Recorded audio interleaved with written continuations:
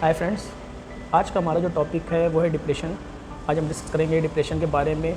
Depression क्या होता है, डिप्रेशन क्यों होता है, इसके सिम्टम्स क्या क्या हैं और इसके इलाज के बारे में। चलिए वीडियो को शुरू करते हैं और सबसे पहले जानते हैं डिप्रेशन क्या है।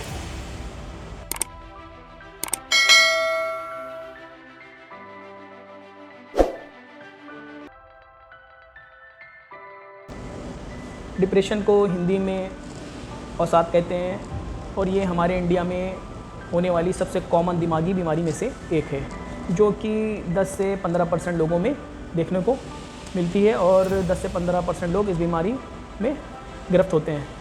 ये बात हो गई डिप्रेशन की कि डिप्रेशन क्या है। अब बात करते हैं इसके सिम्टम्स के बारे में। इसके सिम्टम्स के बारे में। देखिए, डिप्रेशन के मरीज़ में सबसे कॉमन, सबसे आम जो सिम्टम्स देखने को मिलते हैं वो है मन की उदासी।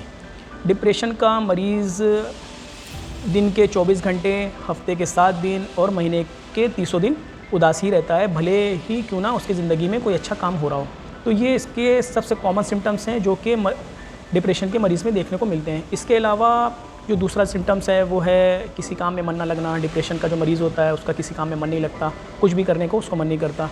ये हो गया दूसरा सिम्टम्स। और तीसरा जो सिम्टम्स है वो है नींद का ना आना या नींद का कम आना, और इसके अलावा भूख ना लगना और अपने बारे में नकारात्मक ख़्याल सोचना, नकारात्मक विचार आना और सुसाइड के ख़्याल आना भी, ये सब डिप्रेशन के मरीज़ में देखने को मिलते हैं।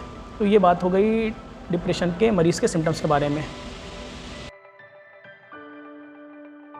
अब बात करते हैं इसके कारण के बारे में कि डिप्रेशन की बीमारी हमको क्यों होती है।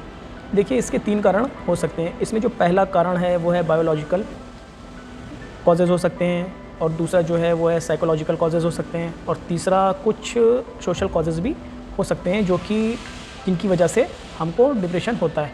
अब एक एक करके इन सभी के बारे में जानते हैं। सबसे पहले बात करते हैं बायोलॉजिकल कॉजेज़ के बारे में। बायोलॉजिकल कॉजेज़ को ऐसे समझते हैं, हमारे दिमाग में कुछ न्यूरोट्रांसमीटर होते हैं, न्यूरोकेमिकल होते हैं, जैसे डोपामाइन, सेरोटोनिन और नॉरएपिनेफ्रिन। जब इन केमिकल की, इन न्यूरोट्रांसमीटर की हमारे दिमाग में कमी हो जाती है, ऑप्टिमम से कम हो जाते हैं या नॉर्मल से कम हो जाते हैं, तो हमको डिप्रेशन की प्रॉब्लम हो सकती है। तो ये बात हो गई बायोलॉजिकल कॉजेज़ के बारे में। अब बात करते हैं इसके सोशल कॉजेज़ के बारे में कि सोशल कॉजेज़ क्या क्या इसके होते हैं। अब बात करते हैं इसके सोशल कॉजेज़ के बारे में। देखिए, सोशल कॉजेज़ वो कॉजेज़ होते हैं, जैसे हमारे घर में कोई प्रॉब्लम है तो उसके वजह से डिप्रेशन में हो सकता है, और किसी के घर में कोई पारिवारिक समस्या है तो डिप्रेशन हो सकता है, और किसी की जॉब में दिक्कत है तो वो डिप्रेशन में हो सकता है। ये सब डिप्रेशन का कारण बन सकती है। तो ये बात हो गई डिप्रेशन के सोशल कॉजेज़ के बारे में। अब बात करते हैं इसके इलाज के बारे में। देखिए, जब आप इस तरह की कंप्लेन अपने डॉक्टर से करते हैं, अपने साइकियाट्रिस्ट से करते हैं, तो वो आपको आपकी बीमारी के हिसाब से आपका ट्रीटमेंट करते हैं। इसमें 2 तरह से ट्रीटमेंट होता है। पहला जो ट्रीटमेंट है वो है साइकोथेरेपी, जिसमें काउंसलिंग वगैरह करके मरीज़ों को ठीक किया जाता है, और दूसरा जो तरीका है वो है मेडिसिन।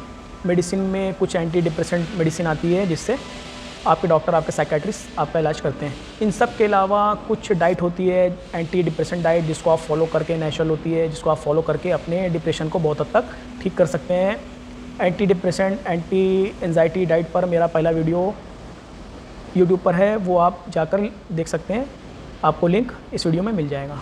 उम्मीद है आपको वीडियो बहुत पसंद आया होगा। हमारे चैनल को लाइक, सब्सक्राइब और शेयर ज़रूर कर दें। Thanks for watching.